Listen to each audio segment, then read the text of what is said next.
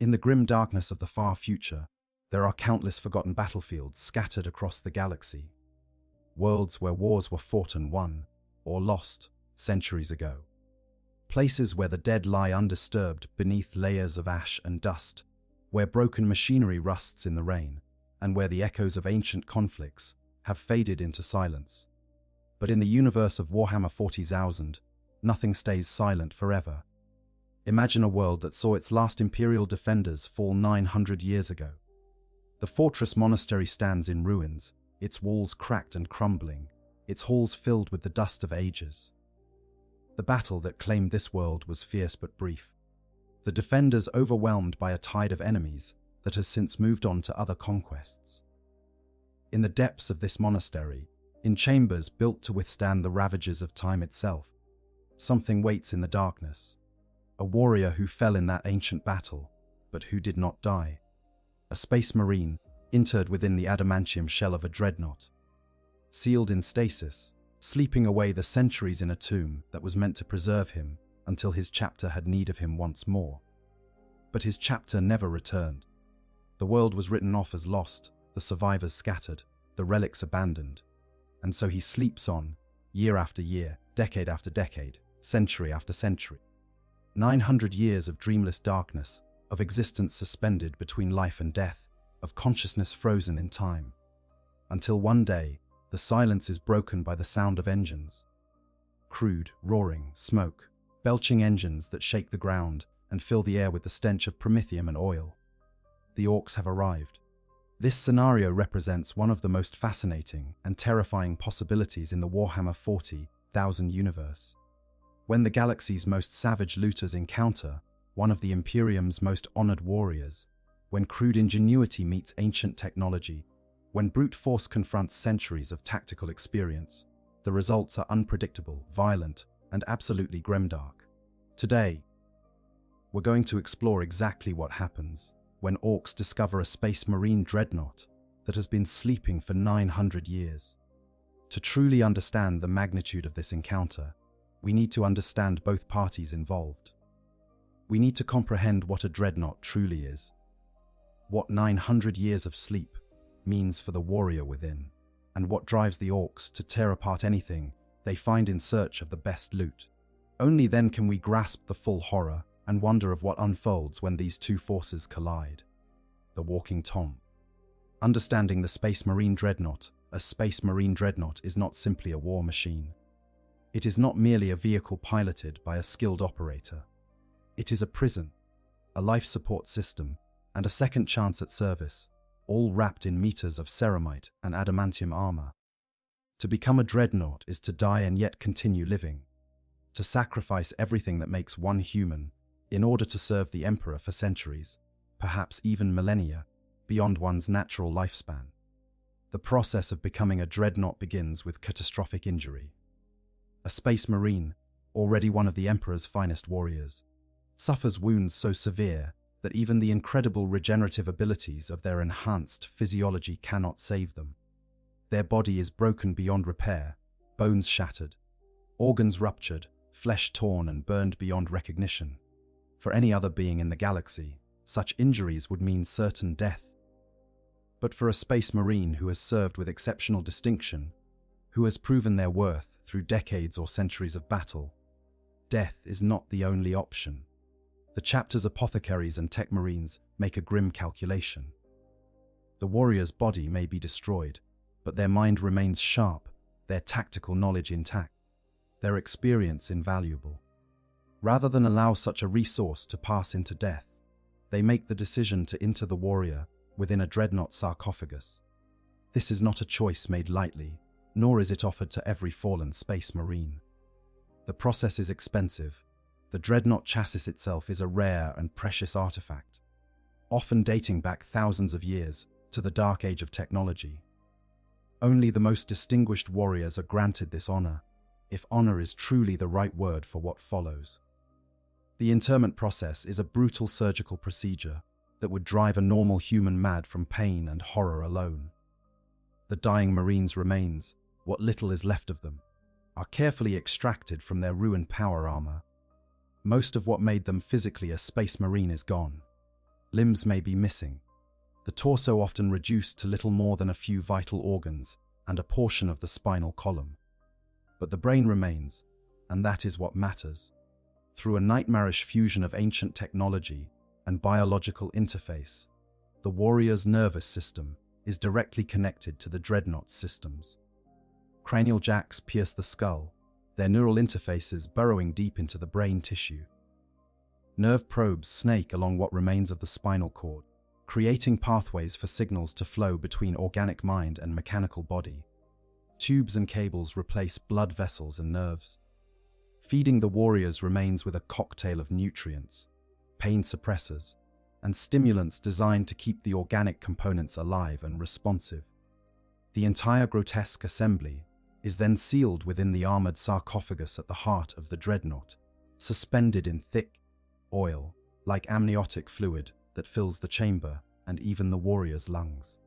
The warriors' first moments of consciousness in their new form are described as deeply disorienting. Every sense they once possessed has been replaced by mechanical approximations. They no longer see through eyes, but through optical sensors and targeting arrays. Sound comes not through ears, but through audio pickups and Vox receivers. Touch is replaced by pressure sensors, distributed across the Dreadnought's armored hull. Even their voice is gone, replaced by synthesized vocalizations that emerge from speakers built into the machine's structure, a crackling, mechanical approximation of their former speech. The psychological impact of this transformation cannot be overstated. Extended neural interface with a machine as large and complex as a Dreadnought causes immense mental stress.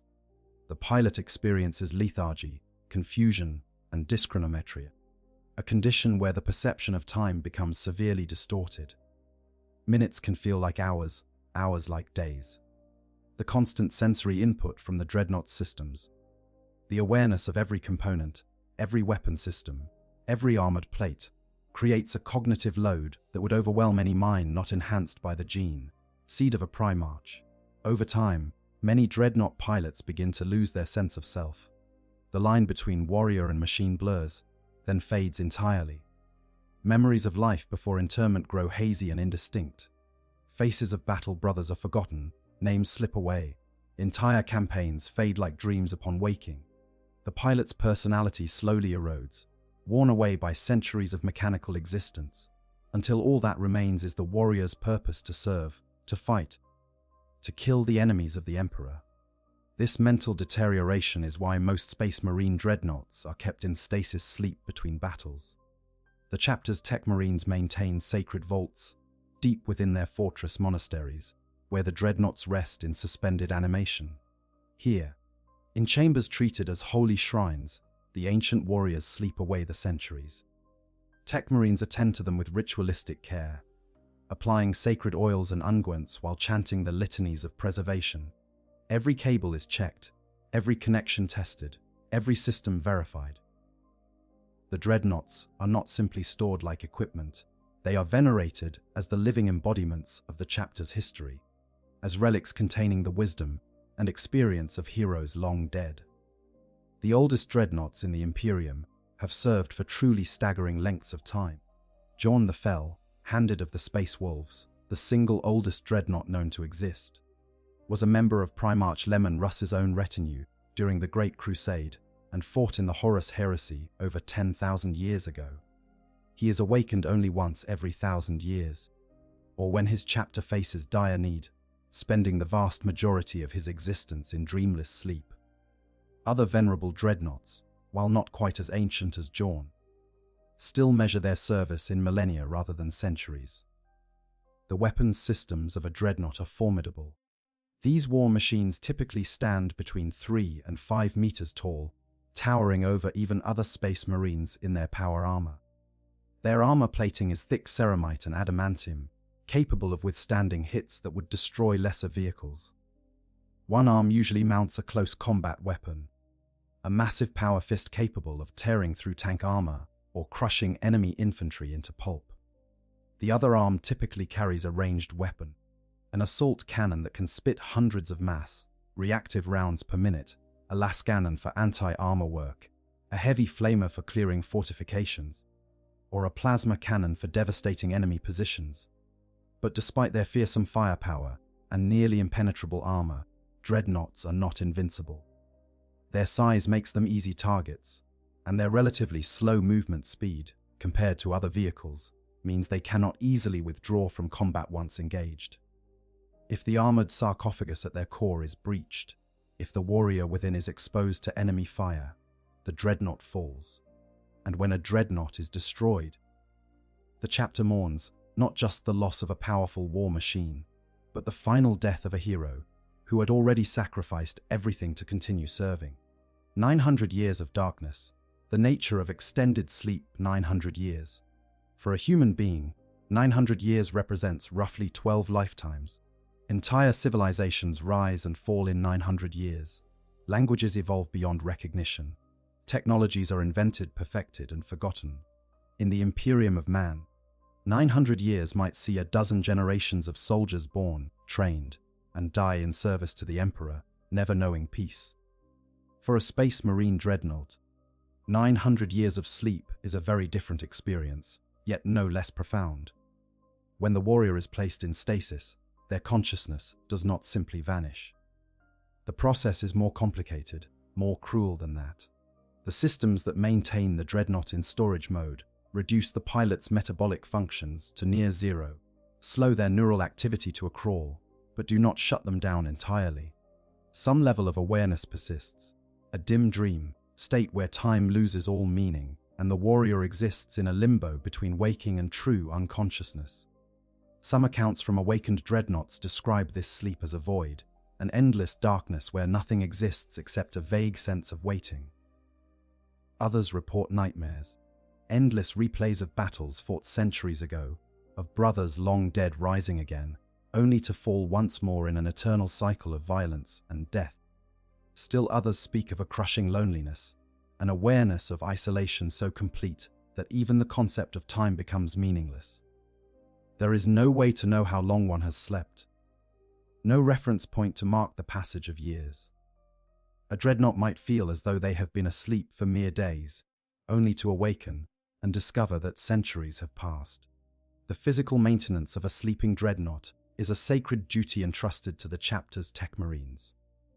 These specialist space marines, trained in the mysteries of the Adeptus Mechanicus, are responsible for ensuring that every dreadnought in the chapter's arsenal remains functional during their long sleep. The process is part practical engineering and part religious ritual, reflecting the dual nature of all technology in the Imperium. Every day, tech marines enter the dreadnought vaults and conduct their ceremonies of preservation. They apply sacred oils to joints and servos, oils that have been blessed by the chapter's chaplains and mixed with holy unguents according to formula passed down through millennia. They recite the litanies of preservation, prayers to the machine god asking for continued function of the ancient systems. They burn incense and wave censer chains, filling the vault with fragrant smoke that is believed to appease the machine spirits dwelling within the dreadnoughts. But beyond the ritual, there is genuine technical work being performed. The tech marines check and recheck every system, testing power flows, verifying life support functions. Examining the amniotic fluid for signs of contamination, they monitor the neural interfaces, watching for any degradation in the connections between warrior and machine. They inspect armor plates for stress fractures, examine weapon systems for signs of decay, and test backup power systems to ensure they remain charged and ready. This maintenance is crucial because dreadnoughts are irreplaceable. The art of constructing new dreadnoughts has been largely lost, the knowledge scattered and incomplete. While some of the Imperium's most skilled tech marines can still build new chassis, following ancient patterns and working from sacred schematics, each dreadnought is a unique artifact, incorporating technologies that may be thousands of years old. Many dreadnoughts have been repaired, rebuilt, and re-tenanted multiple times over the millennia, their machine spirits ancient and temperamental. For the warrior sealed within, 900 years of sleep means 900 years of absence from the galaxy. When they entered stasis, the Imperium was in a certain state. Wars were being fought on specific worlds, Enemies were advancing or retreating along particular fronts. Political currents within their own chapter were flowing in understood directions. When they awaken, all of that is gone. The wars they knew have ended, won or lost or simply abandoned.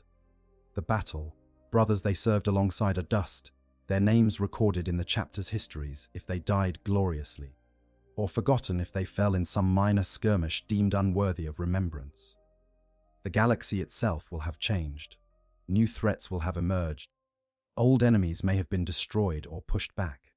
Entire sectors might have been lost to the forces of chaos, reclaimed by the Imperium, or simply isolated by warp storms. The very nature of the Imperium's struggle for survival evolves over the centuries. And a Dreadnought who sleeps through those changes awakens to a universe they no longer fully recognize. More than that, the Dreadnought's own chapter will have transformed during their sleep. New recruits will have been initiated, trained in tactics and strategies the ancient warrior has never seen. The chapter's leadership will have changed, possibly multiple times. Wars the Dreadnought has no knowledge of will have forged new legends, created new heroes, and established new traditions. The awakened warrior finds themselves a relic in more than just the physical sense. They are a living connection to a past that their battle brothers know only from historical records. The mental state of a Dreadnought awakened after 900 years of sleep is precarious. The longer a warrior sleeps, the more likely they are to awaken confused, disoriented, or even enraged. Some forget where they are, believing themselves still fighting wars that ended centuries ago. Others awaken believing they are still in their original bodies, not comprehending why they cannot feel their limbs or see through their eyes. Still others emerge from stasis already lost to the depths of madness, their minds finally broken by the centuries of isolation and sensory deprivation. The process of awakening is carefully controlled for this very reason. When a chapter determines that they need to rouse one of their ancient dreadnoughts, tech marines and chaplains work together to bring the warrior back to consciousness as gently as possible. Power is slowly increased to neural interfaces. Life support systems are brought back to full operational status incrementally, and sensory inputs are activated one by one rather than all at once. Even with these precautions, the awakening can be traumatic. But on a world that fell 900 years ago, in a fortress monastery that lies in ruins, there are no tech marines to carefully manage the awakening process. There are no chaplains to guide the warrior's consciousness back to the present. There is only an ancient war machine, sealed in a tomb beneath the earth, its power cells slowly draining over the centuries, its systems locked in maintenance mode. A warrior trapped in a mechanical shell, sleeping the sleep of the honored dead, waiting for a summons that will never come, until something disturbs their rest. Something crude, loud, and utterly unconcerned with the sacred nature of what they've discovered. The green tide. Understanding the Orks. To understand what happens when Orks encounter a sleeping dreadnought, we must first understand what Orks are, how they think, and why they do what they do. The Orks, also called greenskins, are one of the most numerous and successful species in the galaxy. They are spread across virtually every sector, infesting countless worlds, and their populations number in the hundreds of billions, possibly trillions. They are a plague upon the galaxy, an endless tide of savage, brutal, and utterly relentless warriors who exist for one purpose: a war. But unlike the focused, disciplined warfare of the Space Marines, or the calculated military campaigns of the Imperial Guard, Ork warfare is chaos given form.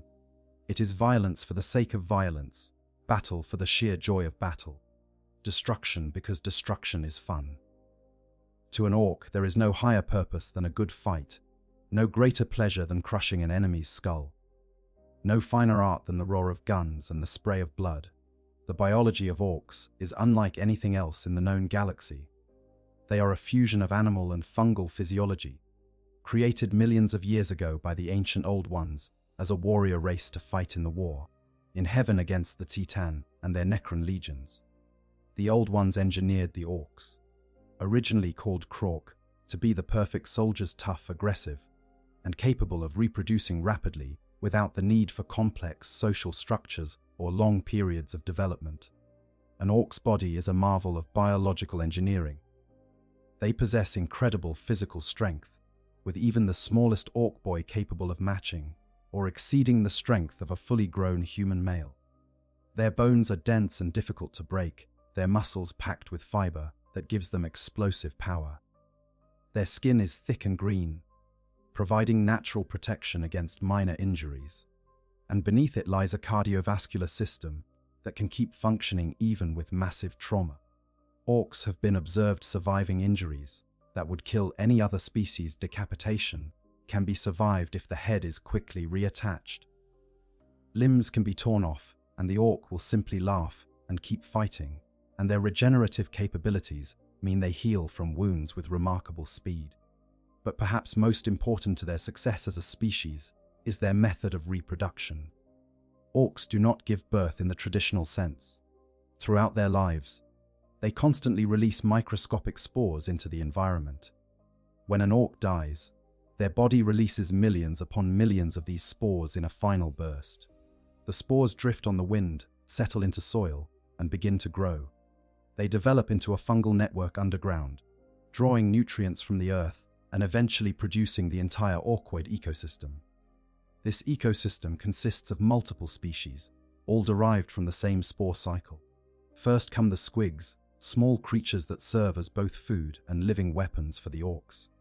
Then the snotlings emerge, tiny mushroom-like beings that cultivate the squigs and maintain the fungal growths.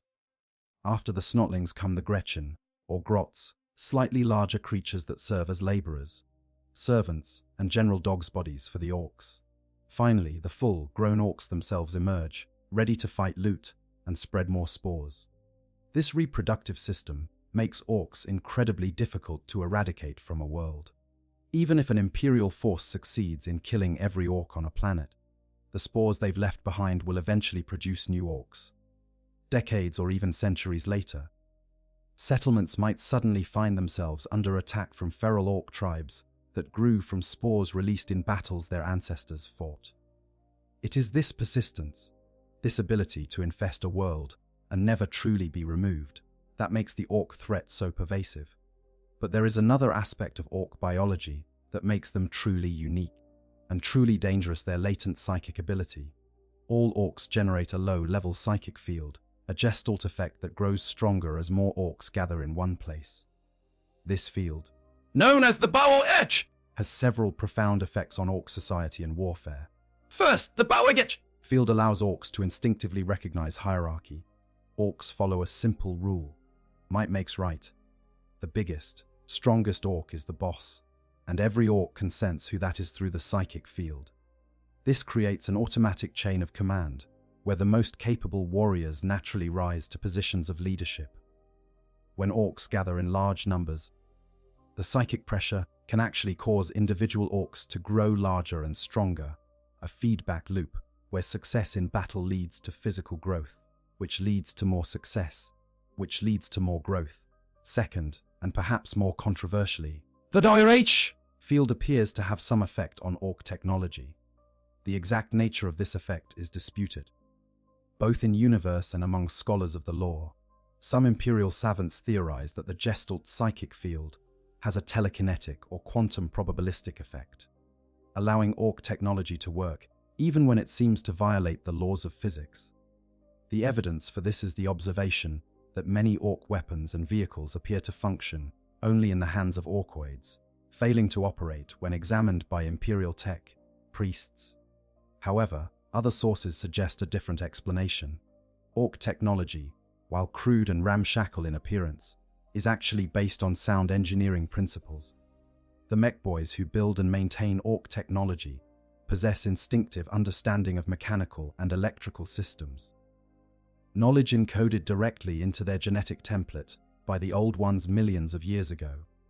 What appears to be junk cobbled together by primitive savages is actually functional, if unconventional, engineering. The truth likely lies somewhere between these extremes. Orc technology definitely works. It can be used by non-orcs with varying degrees of success, and it operates according to recognizable physical principles. But there also seems to be some influence from the WH field, particularly when it comes to things like Ork force fields and teleportation technology, which sometimes demonstrate capabilities beyond what Imperial science can explain. The field might not make Ork technology work from nothing, but it might enhance performance, smooth over design flaws, or allow devices to function despite being poorly maintained. Regardless of the exact mechanism, what matters is that Orks believe their technology works, and that belief seems to have some effect on reality. Orks believe that red vehicles go faster, and whether through psychic influence or simply because mech boys unconsciously build red vehicles with better engines, red Ork vehicles often do go faster. They believe that adding more Daka, more guns, makes a weapon better, and while the engineering might be questionable, the resulting monstrosities often do deliver devastating firepower. This brings us to one of the most important aspects of Ork culture, their obsession with looting. Orks are inveterate scavengers and thieves. If they see something they like, they take it. If they can't take it, they blow it up and then take the pieces. Every Ork is constantly on the lookout for good loot, better weapons, shinier armor, bigger vehicle parts, or just interesting bits of technology they can bolt onto their existing gear. Looting is such a fundamental part of Ork culture that an entire clan, the Death Skulls, has built their identity around it. The Death Skulls are the ultimate scavengers, capable of finding valuable salvage in the most unlikely places. They have a saying, "Was the lucky blue gets, we is." And blue's a lucky color too. "'Course we always gets the best loot!" They paint everything they own blue, believing it brings good fortune in finding treasure, and whether through genuine luck, The WAA? field's influence, or simply because they're extremely skilled at salvage operations, Death Skulls always seem to come away from battles with the best loot. Other clans also engage in looting, each with their own preferences. The Bad Moons, the richest clan, loot anything shiny or expensive, looking using their wealth to buy the best weapons and equipment. The Blood Axes, who have studied Imperial military tactics, often loot human weapons and vehicles, modifying them for Ork use.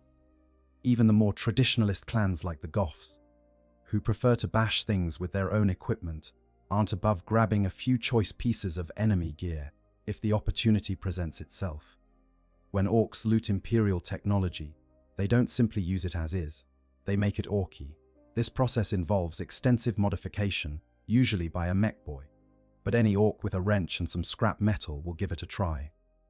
Weapons get larger, louder, and covered in spiky bits. Vehicles receive new paint jobs, often in red for speed, or blue for luck. Armor gets reinforced with extra plates welded on at random angles. The result is equipment that looks like it was assembled by a particularly violent and artistic pile of scrap metal, but somehow still functions. The process of making something Orky serves multiple purposes. Practically, it allows Orks to customize equipment to their needs and preferences. Psychologically, it satisfies their need to put their personal mark on everything they own. And culturally, it reinforces Ork identity. This used to be a Hume gun, but now it's an Ork gun, and that's better because Orks are obviously superior. Now, Orks are not stupid, despite what Imperial propaganda might claim. They are crude, direct, and lacking in subtlety. But they possess a cunning that should never be underestimated. A mech boy can look at a piece of technology they've never seen before and intuitively grasp how it functions. A warboss can analyze a battlefield and identify weaknesses in enemy positions. An Ork mob can adapt their tactics mid-battle, switching from ranged combat to melee charges when the situation calls for it. However, Ork intelligence operates differently from human intelligence. They lack patience for careful analysis or long-term planning. If something seems too complicated, they'll either bash it until it makes sense or bash it until it breaks. They have little interest in understanding why something works, only that it does work, and how they can use it to cause more violence. This direct, practical approach to problem solving means that Orks often arrive at effective solutions through methods that would horrify a tech priest. So when we consider what happens when Orks discover a dormant Dreadnought, we must remember that we're dealing with a species that combines physical power, crude but effective technology, instinctive understanding of mechanics, and an overwhelming desire to loot anything that looks interesting. They have no concept of the sacred nature of the Dreadnought, no understanding of the warrior sleeping within, and no respect for the Imperium's reverence for such ancient machines. All they see is a big, heavily armored war machine that clearly belongs in Ork hands.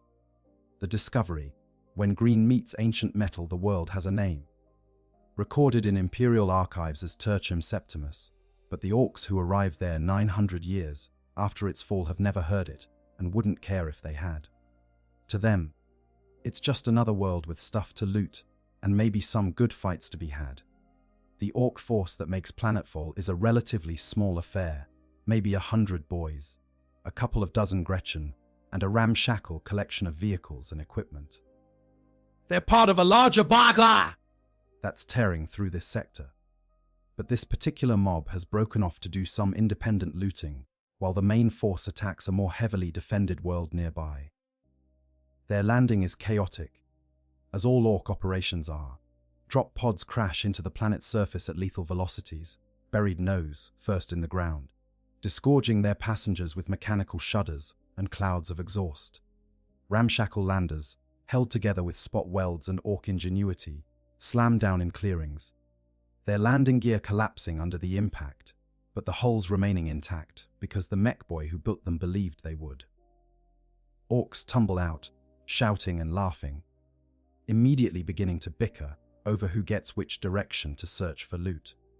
The world they've arrived on shows clear signs of previous habitation and warfare. The Orks don't know or care about the history, they just note that there are buildings, which means there might be good stuff inside. The ruins of the fortress monastery are partially buried, centuries of wind, blown soil and creeping vegetation having softened the harsh lines of imperial architecture.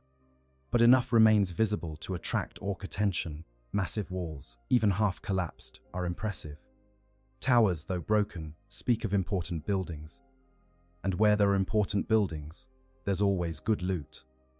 The Orks spread out, their search patterns random and chaotic, but ultimately effective. They bash through doors, smash windows, kick over rubble. Most of what they find is worthless even by Orks' standards: furniture rotted to dust, equipment rusted beyond any hope of function, structural elements too damaged to be worth salvaging. But Orks are persistent, and their numbers mean they can search a large area quickly. Eventually, one of them is going to find something interesting.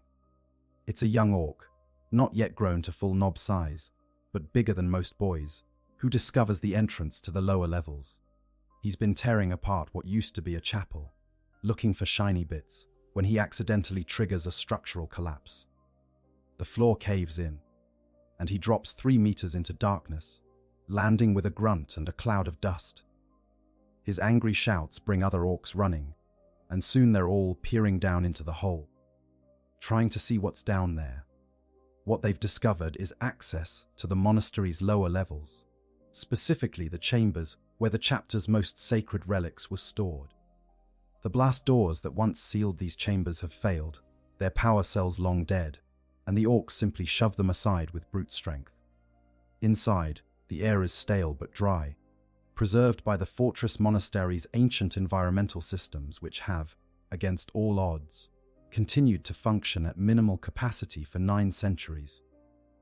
The Orks move through the chambers like a destructive tide, knocking over storage racks, tearing open sealed containers, smashing anything that doesn't immediately look useful. They find ancient suits of power armor, but the armor is too small for Orks, and the joints have seized up from centuries of immobility. They find weapons, bolters and chainswords, but the ammunition is depleted and the power cells dead. They find standards and banners, but these are just cloth and have no value to creatures who measure worth in utility rather than symbolism. Then they find the Dreadnought vault. The chamber is larger than the others, its ceiling lost in shadows, even when the Orks bring their crude lamps and torches. In the center of the room, raised on a platform of stone and metal, stands a Dreadnought, even dormant, even covered in 9 centuries of dust. It is an imposing sight. The war machine stands 4 meters tall, its armored shell scratched and scarred from ancient battles, but still solid. One arm ends in a massive power fist, the other in what was once an assault cannon, though the weapon's feed mechanism has seized and its barrels are clogged with debris. The orcs fall silent for a moment, which is unusual. They're taking in the sight of this massive war machine, trying to process what they're seeing. Then the silence breaks in typical orc fashion. "Dibs," shouts one orc, sprinting toward the Dreadnought. "No, I seen it first," roars another, tackling the first one. Within seconds, the entire mob is arguing about who gets to claim this prize. Orcs are shoving each other, throwing punches, and generally getting into the kind of good, natured brawl that serves as social bonding in orc culture. The fight might have escalated into something more serious, possibly fatal, if the mech boy hadn't arrived. Mech boys are orcs who possess an instinctive understanding of technology, their knowledge encoded in their genes by the old ones millions of years ago. This particular mech boy, who goes by the name Gripner because of his habit of gripping things and not letting go until he understands how they work, shoves his way through the crowd with the authority that comes from being both useful and unpredictable.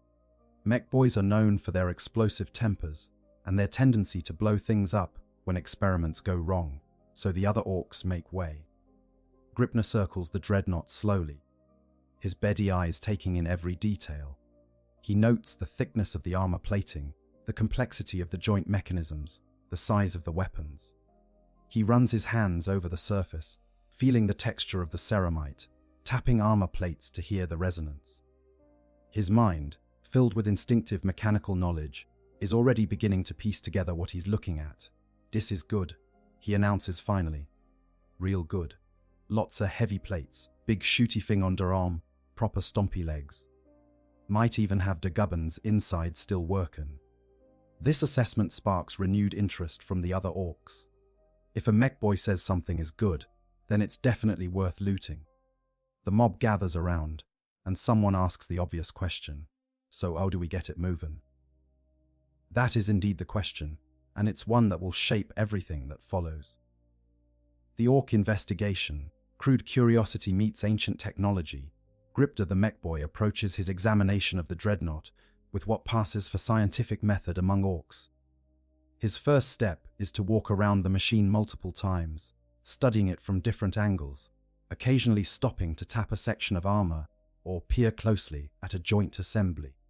His assistant, a grot named Scritch, who has somehow survived working for Gripner, despite the mech boy's tendency to use grots as test subjects for dangerous experiments, scurries around taking notes, while making marks on a piece of scrap metal with a rusty nail, which is close enough to taking notes for orc purposes. "Right," Gripner says, more to himself than to the assembled orcs. "So it's got legs. Yeah, legs mean it walks. But it ain't walking now, which means either our legs are broke, or dear ain't no power, or dear ain't nobody driven it." This represents a fairly sophisticated analysis by orc standards. Gripner has identified 3 possible failure modes, and is now working to determine which one applies. He starts with the power question, because that's usually the easiest thing to check. He locates what appears to be an access panel on the Dreadnought's lower back and attempts to open it. When it doesn't budge, he hits it with his wrench. When that doesn't work, he hits it harder. On the 3rd hit, the panel pops free, revealing a complex tangle of cables and power conduits. "Ha! New dad work," Gripner says proudly, though he hit the wrong panel entirely, and only luck exposed the power systems. He sticks his head into the opening, examining the power cells he can see. They're ancient capacitor units, designed to hold charge for decades but not forever. After 900 years, they're almost completely drained, their charge indicators dark and dead. Gripner pulls his head back out and makes his announcement: "Needs new juice.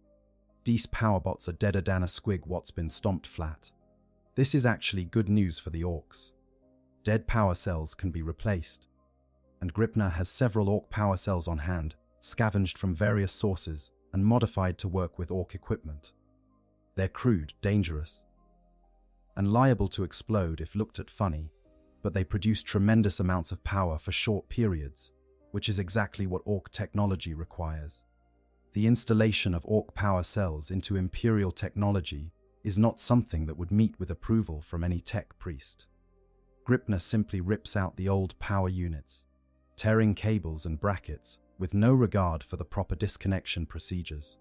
He then grabs one of his power cells, a glowing green monstrosity that crackles with barely contained energy, and shoves it into the space where the old cells used to be.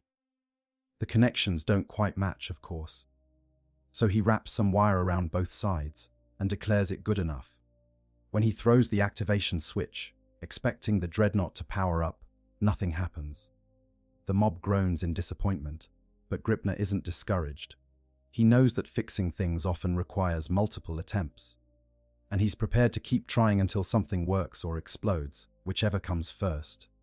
Right, so it's got power, or it should have power, but nothing's happening. That means. He thinks hard, his brow furrowing with the effort of problem solving. That means our power ain't getting where it needs to go! Gotta find the lines and see where dear broke. This diagnosis is actually quite astute. The Dreadnought's power distribution systems have corroded over the centuries, connections have degraded, and various fail-safes have engaged to prevent accidental activation.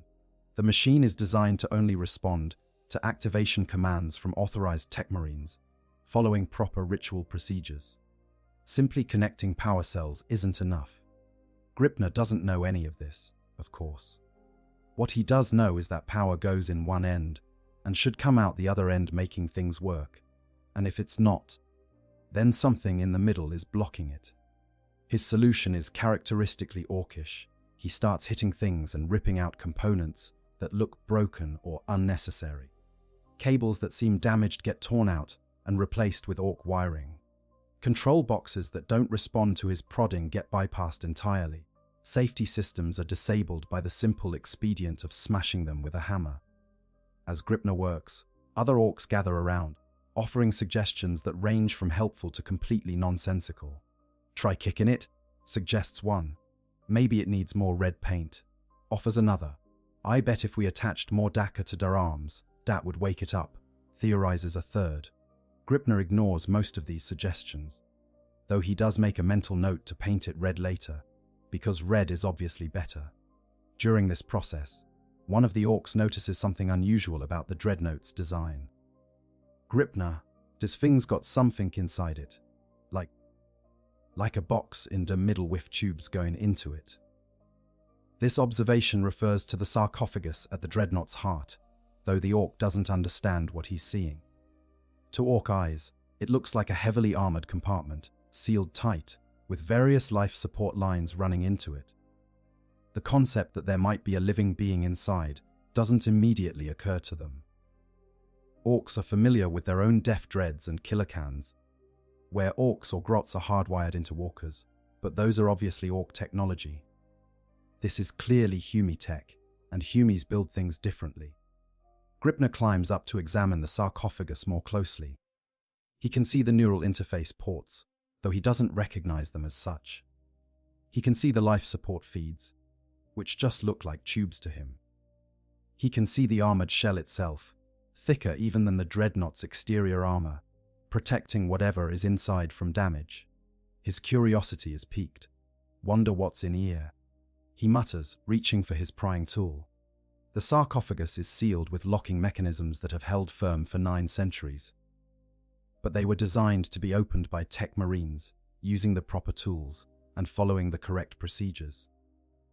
They were not designed to resist an Ork mechboy with a pry bar and absolutely no regard for proper maintenance protocols. Before Gripner can start trying to crack open the sarcophagus, however, something else captures his attention. As he's been working, connecting power systems and bypassing safeties, he's been slowly building up electrical charge in the Dreadnought's systems. The machine's internal power grid, designed to handle the careful, controlled feeding of power from properly maintained sources, is now being flooded with raw, unstable energy from Ork power cells. Warning lights flicker weakly, their power barely sufficient to illuminate after centuries of dormancy.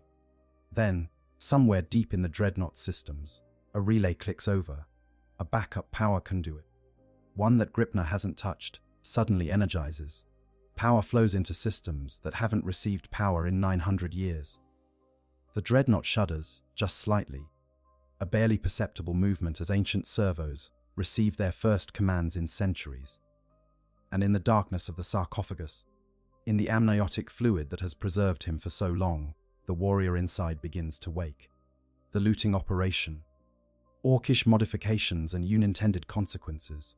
The Orks are nothing if not enthusiastic, and now that Gripnr has declared the Dreadnought salvageable, the entire mob throws themselves into the task of making it properly Orky. This involves several simultaneous operations, each conducted with more enthusiasm than expertise. A team of boys is assigned to strip off what they perceive as unnecessary armor plating. To Orks, armor should be thick and imposing, but it should also have spikes and sharp edges for ramming into enemies. The smooth, rounded surfaces of Imperial ceramite just won't do. They attack the Dreadnought with cutting torches, saws, and in one case, just really aggressive filing. They're trying to create mounting points for additional weapons and decorative elements. But what they're actually doing is compromising the structural integrity of the armor in several critical locations. Another group is working on the weapon systems. The assault cannon is seized up, but one Ork suggests that they could probably get it working if they just poured enough oil into the mechanism and then hit it really hard. This plan is implemented. With predictable results, the oil leaks out through corroded seals, and hitting the cannon with hammers just damages the firing mechanism further. Undeterred, they decide to simply replace the assault cannon with a proper Ork gun. The fact that the mounting points are completely different doesn't stop them. They'll just weld it on and figure out the aiming later. The Power Fist presents a different challenge. It's clearly a weapon for smashing things, which Orks heartily approve of, but it's missing the important detail of being covered in spiky bits. The solution is obvious. They need to weld on more metal protrusions to make it properly killy. Several Orks spend hours welding spikes, blades, and what might be someone's discarded gardening tools onto the Power Fist, creating something that looks like it was designed by a particularly aggressive hedge. Meanwhile, Gripnr is still focused on getting the Dreadnought actually functional. He's traced power lines, replaced corroded connections, and bypassed half a dozen safety systems that he doesn't understand but assumes are Hume over-engineering. In his mind, Humes always overcomplicate things. They need redundant systems and backup protocols, and all kinds of unnecessary complexity. Orks build things simple, power goes in, machine works. If it doesn't work, add more power. Acting on this principle, Gripnr installs not one but 3 Ork power cells, wiring them in parallel. This gives the Dreadnought access to far more power than it's designed to handle, but Gripnr figures that's fine. More power means better. It's Ork logic at its finest. The paint job is a matter of serious debate among the Orks. Some want to paint it red, because red goes faster, and this thing is going to need speed to catch up with enemies. Others argue for blue, because blue is lucky, and they could use some luck making this Hume tech work properly. A third faction supports yellow, because yellow means it'll be good at blowing stuff up. The debate threatens to turn violent until someone suggests they just painted all 3 colors, which satisfies everyone. The resulting paint scheme is garish even by Ork standards, with red, blue, and yellow splashed across the Dreadnought in random patterns. While the paint is being applied with enthusiasm and brushes that range from proper paintbrush to bunch of squig hair tied to a stick, the Gretchen are being put to work on the detail tasks. Grots are small enough to get into spaces that Orks can't reach, and they're expendable enough that the Orks don't mind sending them into potentially dangerous areas. One grot named Nipslip is given the task of cleaning out the vents and access ports, crawling through narrow maintenance tunnels with a brush and bucket. Nipslip's work is actually quite important, though he doesn't realize it. He's clearing away 900 years of accumulated dust and debris. opening pathways for air circulation and waste heat dissipation. He's also unknowingly cleaning sensor arrays and optical systems that the Dreadnought will need to function properly. When he emerges from the vents, covered in dust and complaining about the tight spaces, he's actually made a significant contribution to the Dreadnought's operational readiness. As all this work is proceeding, the Dreadnought's internal systems are slowly coming back online. The power that Gripner has been pumping into the machine is flowing through long dormant circuits, energizing systems that haven't functioned in centuries. The Dreadnought's machine spirit, the semi-autonomous control system that manages basic functions, begins its startup sequence. It runs diagnostics, checking the status of weapons, armor, sensors, and mobility systems. It finds extensive damage, unauthorized modifications, and power levels that are dangerously high, but it also finds that basic functionality is possible. More importantly, the life support systems are activating. The amniotic fluid in the sarcophagus begins to circulate, pumps whirring to life and cycling the thick liquid through filtration systems. Nutrient feeds activate, preparing to provide sustenance to the warrior within. Neural interfaces begin their startup sequence, preparing to link the pilot's consciousness with the Dreadnought systems. And in the darkness of the sarcophagus, suspended in fluid, the Space Marine begins the long, disorienting journey back to consciousness. His last memory before sleep was of battle, of enemies pressing close, of his brothers fighting and dying around him. He remembers the decision being made to seal him in stasis, to preserve him until he was needed again. He remembers the darkness closing in as the systems powered down, consciousness fading like the last embers of a dying fire. Now, that consciousness is returning, but it's not a gentle awakening. There are no tech marines carefully managing the process, no chaplains speaking words of encouragement. There's only the sudden, brutal surge of power from Ork power cells, the shock of systems activating all at once, the flood of sensory input from systems that haven't transmitted data in 900 years. The warrior's first sensation is pain. His body, what remains of it, has been suspended in stasis for so long that even the minimal stimulation of returning circulation is agony. Nerve endings that have been dormant for centuries are firing, sending confused signals to a brain that's struggling to remember how to process them. The thick amniotic fluid in his lungs feels like drowning, even though he's been breathing it for 900 years. His heart, if it still beats, is racing, pumping blood through vessels that have forgotten the rhythm of life. His second sensation is confusion. Memory returns in fragmented pieces, shards of the past that don't quite fit together. He remembers his chapter, though the name takes long moments to surface in his thoughts. He remembers battles, countless battles. Faces of brothers and enemies, alike blurring together in a confusion of violence and blood. He remembers falling, remembers pain beyond description, remembers voices speaking of duty and honor and eternal service. But he doesn't remember 900 years. To him, it seems like he just closed his eyes, and now they're opening again. He doesn't yet understand that everyone he knew is dead, that his chapter has been scattered or destroyed, that the world he's waking on is a tomb for brothers who fell when he did.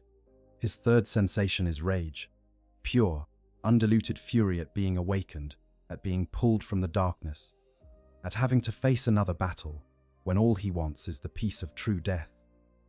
This rage is common among Dreadnought pilots, especially those who have slept for extended periods. The isolation, the knowledge that one is more machine than man, the understanding that duty is eternal and service never ends.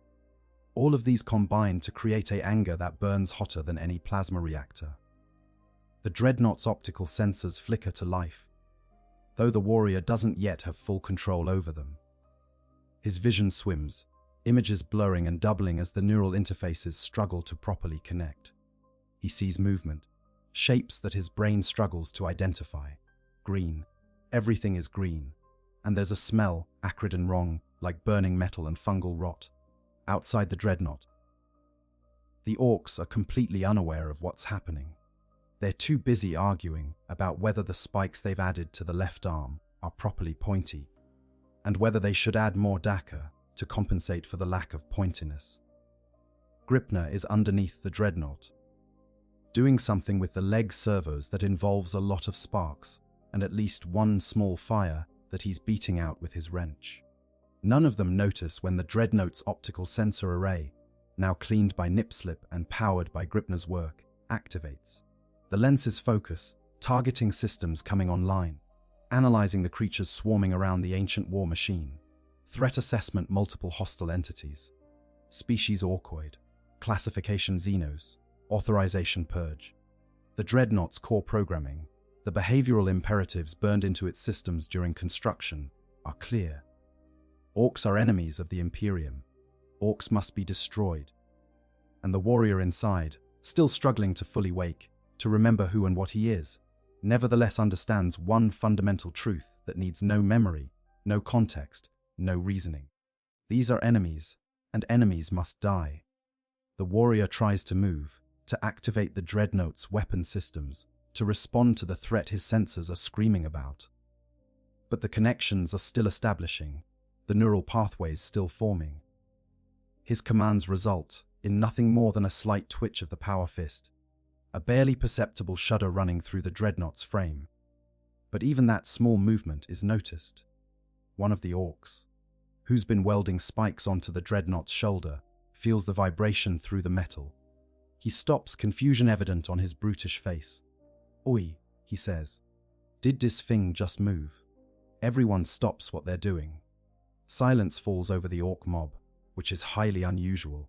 They're all staring at the Dreadnought, waiting to see if it moves again. It does. The awakening ancient fury meets present peril. The Space Marine's name is Cassius, though it takes him several long seconds to remember this. He was a sergeant in the 4th Company, a veteran of 2 centuries of warfare before the battle that left him shattered and broken. Those memories are there, buried under layers of darkness and stasis sleep, slowly surfacing as consciousness returns. But what matters more than his name, more than his rank, more than his history, is what he is now: a weapon, a warrior, a Dreadnought of the Adeptus Astartes. And he is surrounded by enemies.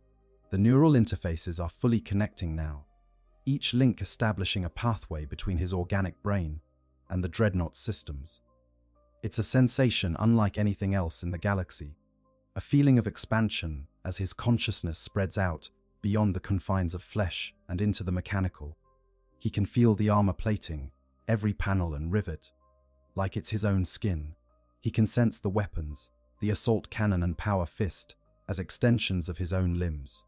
The Dreadnought's sensors become his senses, feeding him information about the world outside his metal tomb. And what those sensors tell him is disturbing. The armor has been compromised in multiple locations, structural integrity reduced by crude cutting and welding. The assault cannon is offline, its mechanism jammed beyond quick repair. The power systems are reading dangerously high, fed by power sources he doesn't recognize and routed through connections that were never part of the original design. Someone has been tampering with the Dreadnought, modifying it. Then, he sees them. The Orks, dozens of them, crawling over his Dreadnought like parasites on a corpse. Their green skin and crude weapons unmistakable, even through optical sensors that are still calibrating. They're everywhere on his shoulders, his arms, his legs. They're inside access panels, ripping out components. They're welding things to his armor. They're painting him in garish colors that no loyal servant of the Emperor would ever tolerate. The rage that was simmering in Cassius's consciousness explodes into full fury. These Xenos, these filthy greenskins, have defiled a holy war machine of the Adeptus Astartes. They've touched sacred technology with their corrupted hands. They've violated the sanctity of his tomb with their presence. This cannot be permitted. This will not stand. He tries to move, to activate the power fist and crush the nearest Ork, but the Dreadnought responds sluggishly. The servo joints, dormant for 9 centuries, and recently damaged by Ork modifications, don't respond with their usual precision. What should be a smooth, powerful motion becomes a jerky, uncertain movement. The power fist swings, but slowly, telegraphing its trajectory so obviously that even an Ork has time to dodge. The orc who was welding spikes on the shoulder armor realizes what's happening a split second before the power fist reaches him. It's waking up, he screams, dropping his welding torch and scrambling to get clear. The power fist crashes into the Dreadnought's own shoulder armor, right where the orc was standing moments before, crushing the metal and sending sparks flying. That movement, that attempt to kill, uses up the last of Cassius's limited energy reserves.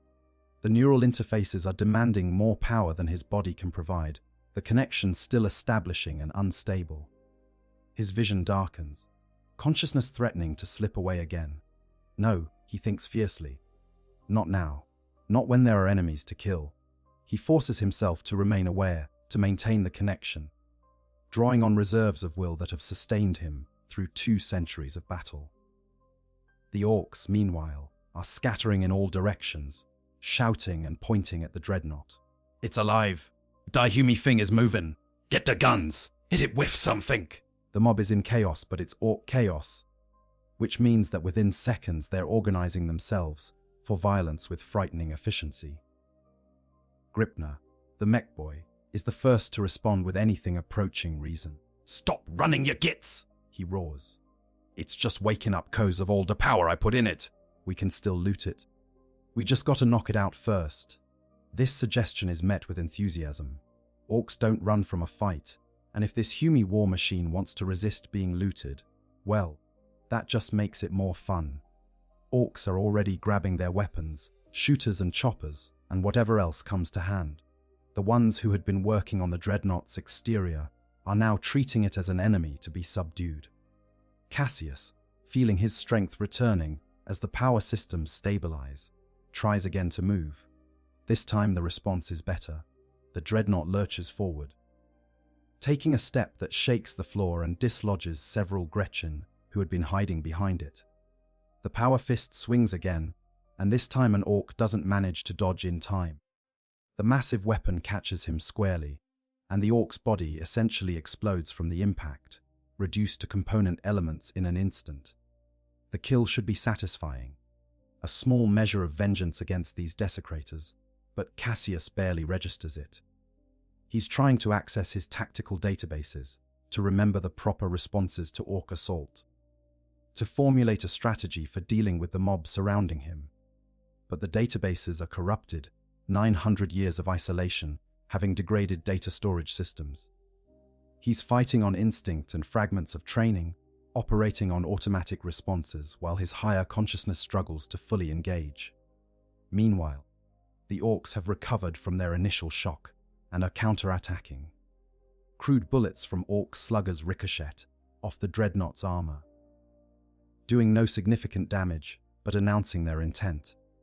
A couple of orcs with rockets fire at close range, the missiles impacting against the Dreadnought's side and detonating. The explosions are loud and flashy, but ultimately ineffective against armor designed to withstand plasma fire and power weapons.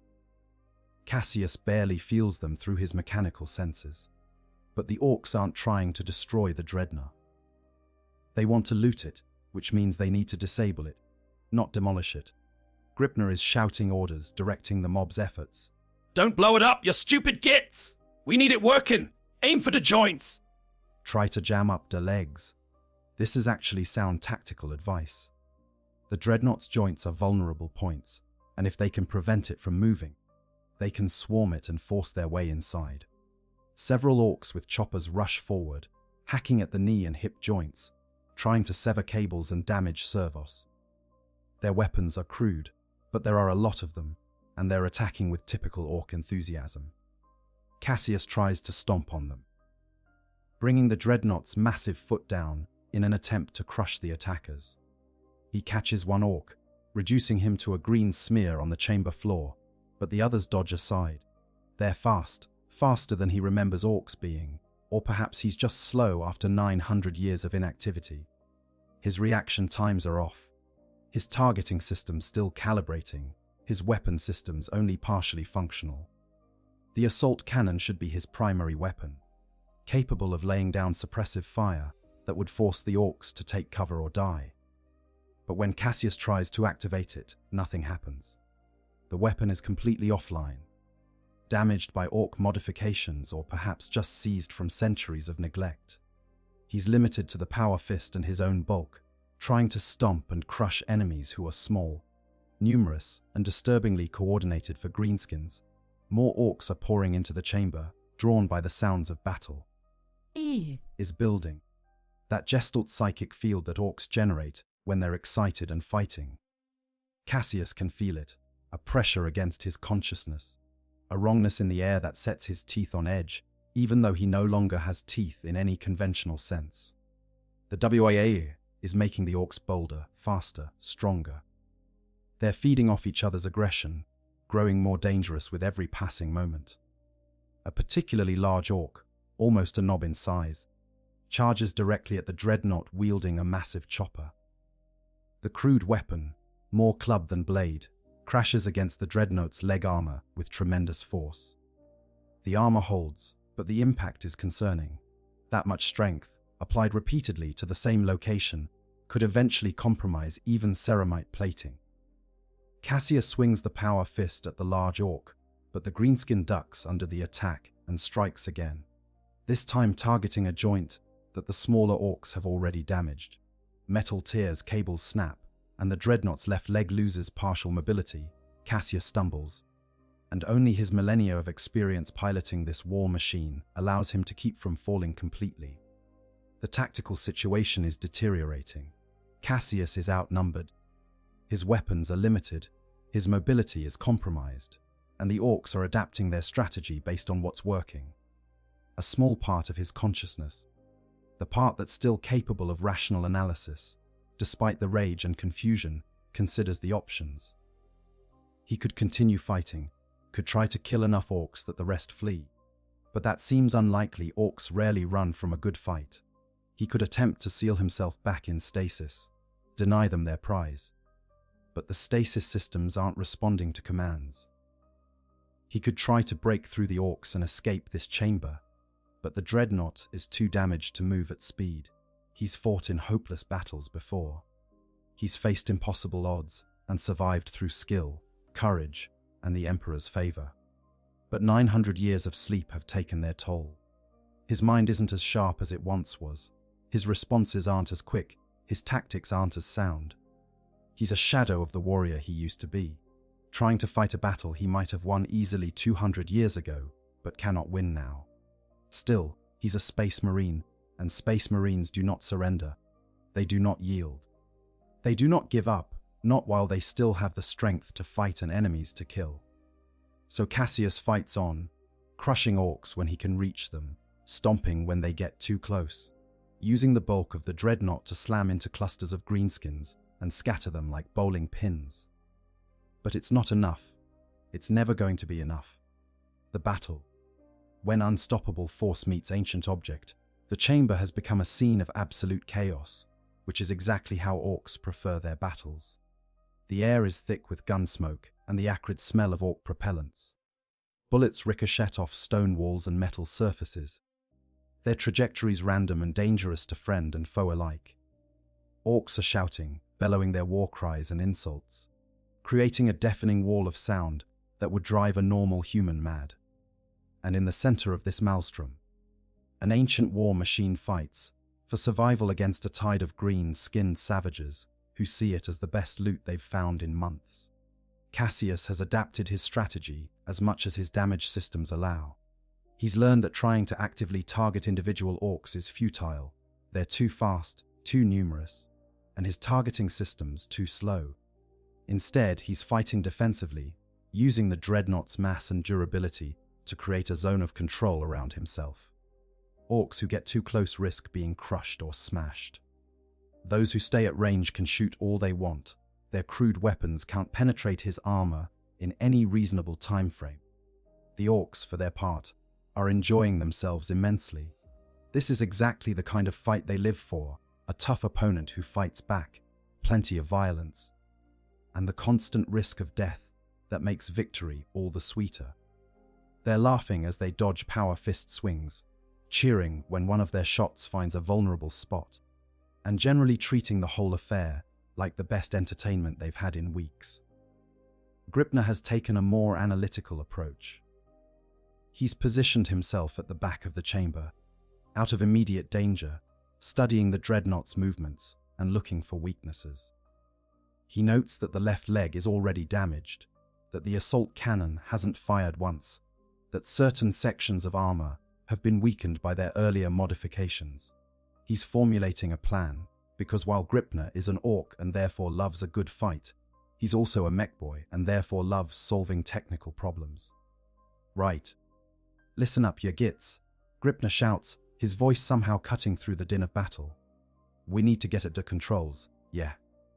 There's got to be something inside that makes it work, probably in that armored box in Dom middle. If we crack that open, we can pull out whatever's inside and then the whole thing's ours. This suggestion shifts the orcs' focus. They've been trying to disable the Dreadnought, but now they have a specific goal: get inside. Several of the larger orcs start working together, using their combined strength to climb up the Dreadnought's damaged armor. They're forming a ladder of green bodies, each orc standing on the shoulders of the ones below, trying to reach the sarcophagus at the Dreadnought's heart. Cassius realizes what they're attempting and feels something very close to fear. If they breach the sarcophagus, if they expose him to the outside air, he will die. Not might die, will die. His body cannot survive outside the carefully controlled environment of the amniotic fluid. Even space marine physiology has its limits, and a body that's been reduced to a brain, a few organs, and some neural tissue cannot function in normal atmosphere. He thrashes, trying to dislodge the climbing orcs, but they cling to his armor with surprising tenacity. One of them has a power tool, some kind of orc, modified cutting device that's spewing sparks and making an awful grinding noise. The orc is trying to cut through the sarcophagus's outer shell, and while the armor is thick and well made, it's not designed to resist this kind of close range attack indefinitely. Desperate, Cassius does something he hasn't done since awakening. He tries to speak. The Dreadnought's vox speakers crackle to life, 900 years of disuse making the sound harsh and distorted. Get away. He manages, his voice a grinding mechanical rasp that barely resembles human speech. I am death. The orcs pause for a moment, looking at each other. Then they start laughing. It talks. One of them shouts gleefully. Dehumi metal thing talks. I am deaf, it says. That's right, proper orky, That is. The mockery stings more than Cassius would have expected. To be reduced to this, to be laughed at by Xenos, to be unable to even threaten them effectively, is humiliating in a way that physical injury never could be. But humiliation won't save him, and neither will threats. He needs a plan, a strategy, something that will turn the tide of this battle. His tactical databases are still corrupted, but fragments of information are surfacing. Orcs are susceptible to shock and or tactics. They respect strength and direct action. They can be intimidated if presented with overwhelming force. But all of these tactics require capabilities that Cassius doesn't currently possess. His assault cannon is offline. His mobility is limited. His weapons systems are damaged. Then he feels something change in the Dreadnought's power systems. The orc power cells that Gripner installed, which have been providing steady if unstable power, suddenly spike. One of them is overloading, its crude construction unable to handle the sustained drain of combat operations. The power cell is going critical, and in approximately 30 seconds, it's going to explode. A human might panic at this realization. A rational mind might try to shut down systems, to reduce power draw, to prevent the explosion. But Cassius is not fully human anymore, and the part of him that is human has been shaped by 2 centuries of warfare, where death is a constant companion. He sees the impending explosion not as a threat, but as an opportunity. He shifts his weight, deliberately putting more strain on the damaged left leg. He activates every system he can reach, drawing maximum power from the failing power cell. He knows what's going to happen, knows that when the cell explodes it will damage the Dreadnought, possibly severely, but it will also kill or wound every orc in close proximity. It's a calculated risk, a trade of his own durability for enemy casualties. The orcs, oblivious to the impending disaster, continue their assault. They're making progress on the sarcophagus. the cutting tool having carved a narrow groove in the armor. They're shouting encouragement to each other, arguing about who gets to look inside first, placing bets on what they'll find. They're completely unprepared for what happens next. The power cell explodes with tremendous force, a blast of energy and shrapnel that radiates out from the Dreadnought's lower back. The explosion is contained partially by the surrounding armor, but enough force escapes to create havoc. Orks who were climbing on the Dreadnought are thrown clear, their bodies tumbling through the air like ragdolls. Those who were too close to the blast simply cease to exist, vaporized by the release of energy. The shockwave knocks down everyone in a 5-meter radius, and the light of the explosion is blinding in the dimly lit chamber. Cassius feels the damage immediately. Multiple systems go offline, error messages flooding his consciousness. The left leg, already damaged, is now completely non-functional. Power distribution is critically compromised. Armor integrity has been breached in several locations, but he's still operational, still capable of fighting, and he's bought himself precious seconds as the Orks recover from the blast. He uses those seconds as efficiently as possible. The power fist swings, catching an Ork who was just starting to stand, pulverizing him. Another swing, another kill. Cassius is fighting on pure instinct now, his higher consciousness overwhelmed by the demands of staying alive and operational. The Space Marines' training, ingrained over 2 centuries of combat, takes over. Move, strike, assess, repeat. But the Orks are recovering faster than he'd hoped. They're tough, absurdly so. And what would have incapacitated any other species for minutes only stuns them for seconds. They're getting back up, shaking their heads to clear the ringing in their ears, checking themselves for missing limbs, and finding to their delight that all their bits are still attached. The explosion, which should have killed half of them, has just made them angry and more determined. Gripner is surveying the damage from his position at the back of the chamber. The explosion was unexpected but informative. It revealed that the Dreadnought's power systems are unstable, prone to catastrophic failure under stress. This is useful information. It means that if they can force the Dreadnought to exert itself, to draw maximum power, they might be able to trigger more failures.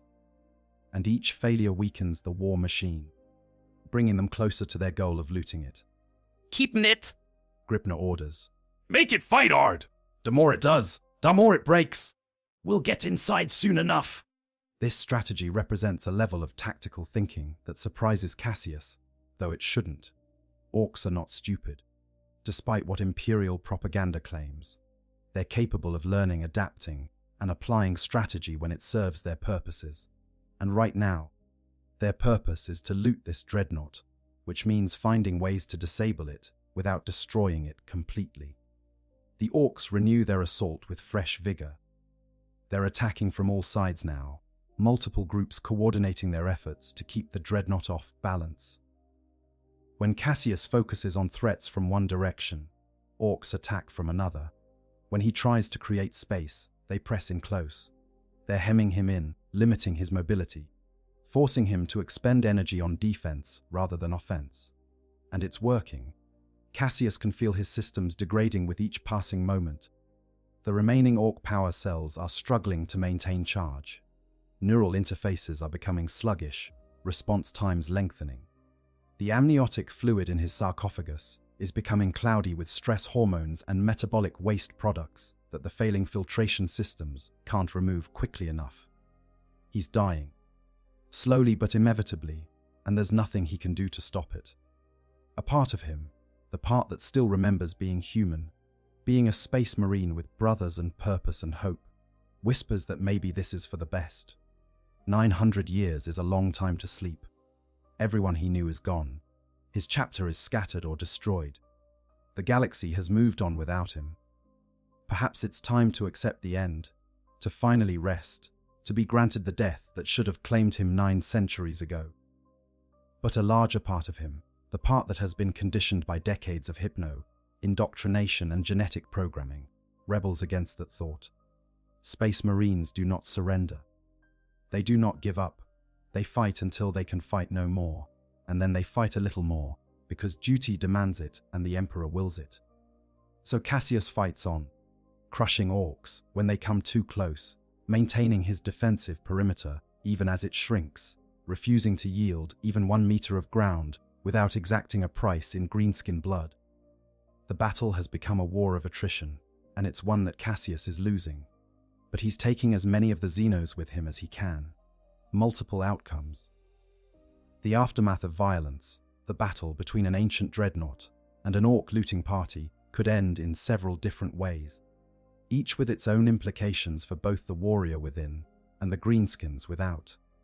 Let's explore the most likely scenarios, because in the grim darkness of the far future, there are no guaranteed happy endings, only varying degrees of grimdark consequences. Scenario 1: the Dreadnought falls in this outcome. The Orks eventually succeed in overwhelming Cassius. Perhaps another power cell explodes, doing critical damage to the Dreadnought's core systems. Perhaps the Orks finally breach the sarcophagus, exposing the warrior within to the outside air. Perhaps Cassius's organic components simply give out, centuries-old flesh finally failing under the strain of combat. When the Dreadnought falls, it does so with a crash that shakes the entire chamber. The war machine topples, hitting the ground hard enough to crack the stone floor. For a moment, there's silence as both Cassius and the Orks process what just happened. Then the Orks erupt in celebration, whooping and dancing and firing their guns into the air in triumph. Gripner approaches the fallen Dreadnought carefully, wrench in hand, ready to hit it if it shows any signs of moving. When it remains still, he begins his examination. If the sarcophagus has been breached, he'll discover the horrifying truth of what's inside, not a complete space marine, but a grotesque fusion of withered flesh and cybernetic components, suspended in thick fluid, tubes and cables penetrating the body at multiple points. The sight would disturb a human, but Gripner is mostly just interested in the technical aspects. "Huh," he might say. "So that's how they do it. Neat." The Orks will strip the Dreadnought of everything useful. The armor plating will be repurposed for vehicles or buildings. The weapons, even damaged, will be studied and possibly replicated. The power systems, what's left of them, will be examined and possibly installed in other Ork technology. The chassis itself might be rebuilt as a Death Dread, an ironic fate for an Imperial war machine. As for Cassius, if he survived the Dreadnought's fall, he won't survive long. Exposure to air, combined with the catastrophic failure of his life support systems, will kill him within minutes. His last thoughts might be of his chapter, of brothers long dead, of battles fought and won. Or they might be nothing but confusion and pain as his oxygen-starved brain shuts down. There's no dignity in this death, no honor. Just the cold finality of organic failure. The Orks might keep his skull, if it's intact, as a trophy, or they might discard the organic components as worthless, tossing them aside like garbage. Either way, Cassius's long service to the Emperor ends on a forgotten world, at the hands of Xenos, his sacrifice unmourned and unknown. Scenario 2. The Orks withdraw alternatively. The battle could reach a stalemate, where both sides recognize that continued fighting serves no purpose. Perhaps the Orks suffer enough casualties that even their enthusiasm for violence is tempered by practical concerns. Perhaps Gripner calculates that the damage they're inflicting on the Dreadnought is reducing its value as loot. Perhaps a bigger, scarier threat appears that draws Ork attention away from the Dreadnought. In this scenario, the Orks would withdraw from the chamber, leaving Cassius alone with his wounds and his thoughts. The Dreadnought would be damaged but operational, still capable of basic functions, even if advanced systems are offline. Cassius might attempt to seal himself back into stasis, to conserve power and wait for rescue that will probably never come. Or he might remain active, standing guard over the ruins of his chapter's fortress monastery, a lone sentinel in the darkness. The psychological impact of this outcome would be severe. Cassius would have time to process what happened, to understand how long he's been asleep, to grapple with the reality of his situation. He would know that his chapter is gone, that no one is coming to retrieve him, that he is truly alone. The isolation would be crushing, the awareness that his service has become meaningless worse than any physical pain. Some dreadnoughts, faced with this realization, go mad. They might activate whatever weapons still function and go on a rampage, attacking anything that moves. Or they might simply shut down, allowing their systems to fail and their consciousness to fade. Others might cling to duty, maintaining their vigil even in the face of absolute futility, because that's what Space Marines do. They endure. Scenario 3. Last stand and transmission. A more dramatic possibility involves Cassius managing to access the fortress monastery's communication systems. Even after 900 years, some of the monastery's infrastructure might still function, powered by independent sources or backup generators. If Cassius could reach these systems, he could attempt to send a distress signal, a final message to any Imperial forces that might be listening. This would require him to fight his way out of the Dreadnought vault and navigate through the ruins while being pursued by Orks. It would be a running battle. The damaged Dreadnought forcing its way through corridors, never meant to accommodate something so large, crushing through walls and doors, the Orks harrying him from behind and trying to cut him off from the front. The message he sends, if he succeeds, would be brief and desperate. His chapter's identification codes, his location, a summary of what happened. Then, perhaps, a final oath of loyalty to the Emperor, spoken through crackling Vox speakers as Ork weapons, finally breach his armor and silence him forever.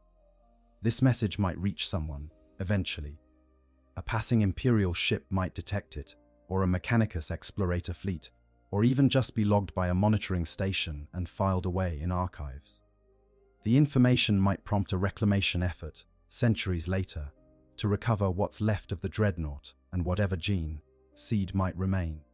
Or it might be lost in the vast bureaucracy of the Imperium, just another data point in an endless stream of distress calls from doomed worlds. Scenario 4. The Orks successfully loot the Dreadnought. Perhaps the most interesting outcome from a narrative perspective is one where the Orks successfully disable the Dreadnought without killing Cassius. They damage the war machine enough that it can't fight back, but they preserve the core systems, including the sarcophagus and its occupant, because Gripner correctly identifies these as essential components. In this scenario, Cassius would find himself a prisoner, sealed in his sarcophagus while Orks work to modify the Dreadnought around him. He would feel every adjustment they make, every component they add or remove, every crude modification to his armored shell.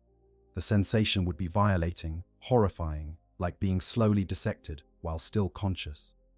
The Orks might attempt to interface with the Dreadnought's control systems, to override the neural links and force the machine to respond to Ork commands rather than Cassius's will. This would create a bizarre battle of consciousness. The Space Marine fighting to maintain control over his own body, while Ork mechboys try to hack their way in through crude but persistent methods. Eventually, they might succeed in creating a sort of hybrid system where the Dreadnought responds to both Cassius and an Ork pilot. This would be a nightmare scenario for the Space Marine, being forced to share control of his own body, to feel Ork thoughts and impulses polluting his consciousness, to be compelled to fight for the very Xenos he's sworn to destroy. Or, if the Orks get frustrated with Cassius's resistance, they might simply rip out the sarcophagus entirely and install an Ork pilot in its place. Cassius would be set aside, still alive but disconnected from the Dreadnought, helpless and immobile. He would live out his remaining days as a prisoner, able to do nothing but observe as Orks turn his war machine into a grotesque parody of what it once was. Historical precedents. When Orks and Imperial technology collide, the scenario we've been exploring, while dramatic, is not without precedent in Warhammer 40,000 lore. The Orks have a long and storied history of looting Imperial technology, often with results that range from hilariously chaotic to terrifyingly effective. Understanding these historical examples gives us context for what might happen when Orks discover a dormant Dreadnought. The looted Lemon Rust tradition, perhaps the most common example of Ork looting, is their appropriation of Lemon Rust battle tanks. These workhorses of the Imperial Guard are sturdy, heavily armed, and built to take punishment, making them ideal candidates for Ork modification. When Orks capture a lemon russ, they typically strip it of its identifying Imperial markings, repaint it in garish colors, and add copious amounts of extra armor and weaponry. The resulting looted wagon, as Orks call it, is barely recognizable as an Imperial vehicle. The turret might be painted red for speed, covered in spikes for intimidation, and mounting twice as many guns as it was designed to carry. The crew compartment will be modified to accommodate Ork pilots, who are larger than human tankers. Extra armor plates will be welded on at random angles, more for aesthetic value than actual protection. And somewhere, usually on the most visible surface, there will be an Ork glyph declaring the tank's new ownership. The interesting thing about looted lemon rust tanks is that they still work. The fundamental engineering of the tank is sound enough that even Ork modifications don't completely ruin it. The engine still runs, the weapons still fire, the tracks still turn. The tank might not operate at peak efficiency, the gun might be less accurate, the armor might have new weak points, but it functions. This demonstrates that Ork technology, while crude, has a certain practical effectiveness. The Death Skulls clan has elevated tank looting to an art form. They're famous for being able to capture, repair, and redeploy Imperial vehicles in the same battle where they found them. A lemon rust that was firing on Orks in the morning might be firing for Orks by the afternoon, painted blue for luck and crewed by greenskins, who are thoroughly enjoying their new toy. The attack on Space Marine equipment, while less common than looting Imperial Guard equipment, Orks have been known to capture and modify Space Marine gear as well. Power armor is typically too small for Orks to wear, but that doesn't stop them from stripping it for parts. Ceramite plates might be added to Ork armor. Helmet components could be integrated into Ork force fields. Power packs might be cannibalized to run Ork weapons. Commissar Yarrick's Power Claw is perhaps the most famous example of an Ork weapon that originated from Space Marine technology. After losing his arm to an Ork warboss, Yarrick had it replaced with a Power Claw taken from a dead Ork warboss, which that Ork had almost certainly looted from Imperial sources at some point in its history. The weapon works perfectly for Yarrick, demonstrating that Ork technology can function in non-Ork hands. Though whether this is due to the underlying Imperial components or Ork modifications is unclear. There are also accounts of Orks looting bolters, the signature weapon of the Space Marines. While the weapons are too small for Orks to use comfortably, mech boys have been observed studying them, analyzing their operation, and attempting to replicate their design in larger, Orkier forms. The results are typically less precise than true bolters, but deliver similar firepower in the characteristically Ork manner: loud, violent, and prone to occasional malfunction. The scrap world of Goro for a truly large-scale example of Ork looting and technology adaptation. We need look no further than the scrap world of Goro. During the Great Crusade, the Emperor himself led the assault against this Ork stronghold, recognizing it as a significant threat to Imperial expansion. Goro was a world that had been completely transformed by the Orks into a massive salvage and manufacturing operation. The mech boys who dominated Goro had apparently discovered or developed advanced plasma technology, weapons that produced destructive yields, far exceeding anything the Crusade forces had encountered before. These weapons were so effective that they significantly slowed the Imperial advance, forcing the Emperor to personally intervene. The source of this plasma technology was never fully determined, but it was likely scavenged from some other civilization's ruins and then adapted by Ork ingenuity into new and more destructive forms. Goro also demonstrated the Orks' ability to work at industrial scales when properly motivated. The entire planet was essentially one massive factory, producing weapons, vehicles, and ammunition in quantities that rivaled Forge worlds of the Adeptus Mechanicus. The difference, of course, was quality control. Ork production emphasizes quantity over reliability. But even unreliable weapons are dangerous when produced in sufficient numbers. The Emperor's solution to Goro was radical, rather than attempting to conquer the scrap world. He destroyed the plasma sphere that powered it, collapsing the entire structure into the warp.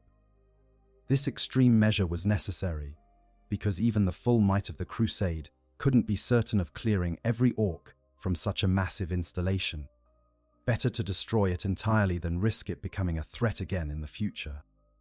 War of the Beast technology, in a more recent example, during the War of the Beast in M32, the Orks demonstrated technological capabilities that shocked the Imperium. The beasts are like Utilized advanced gravity manipulation and subspace tunneling technology that allowed them to teleport planet-sized space stations, called attack moons, from system to system. This was technology that rivaled or exceeded anything the Imperium could produce, and it suggested that the Orks were capable of far more sophistication than anyone had believed possible. The prevailing theory is that during the War of the Beast, the Orks were reverting to something closer to their original form as Krork, the warriors created by the Old Ones. As the WH grew in size and power, the Gestalt psychic field became so intense that it triggered genetic changes in the Orks themselves, making them larger, smarter, and more capable. The beast himself was described as being nearly 10 meters tall, comparable to a Primarch in size. This example is particularly relevant to our scenario because it demonstrates that Orks can access and utilize extremely advanced technology when conditions are right. A dormant Dreadnought might contain systems and components that Orks couldn't normally understand or replicate. But if they're part of a growing WH, if the psychic field is strong enough, they might be able to do things with that technology that seem impossible by normal standards. Conclusion: the grimdark reality. So what happens when Orks find a Dreadnought that's been asleep for 900 years? The answer, as with most questions in Warhammer 40k, is nothing good. For anyone involved. For the Space Marines sealed within the Dreadnought, the discovery means being torn from sleep by the worst possible awakening.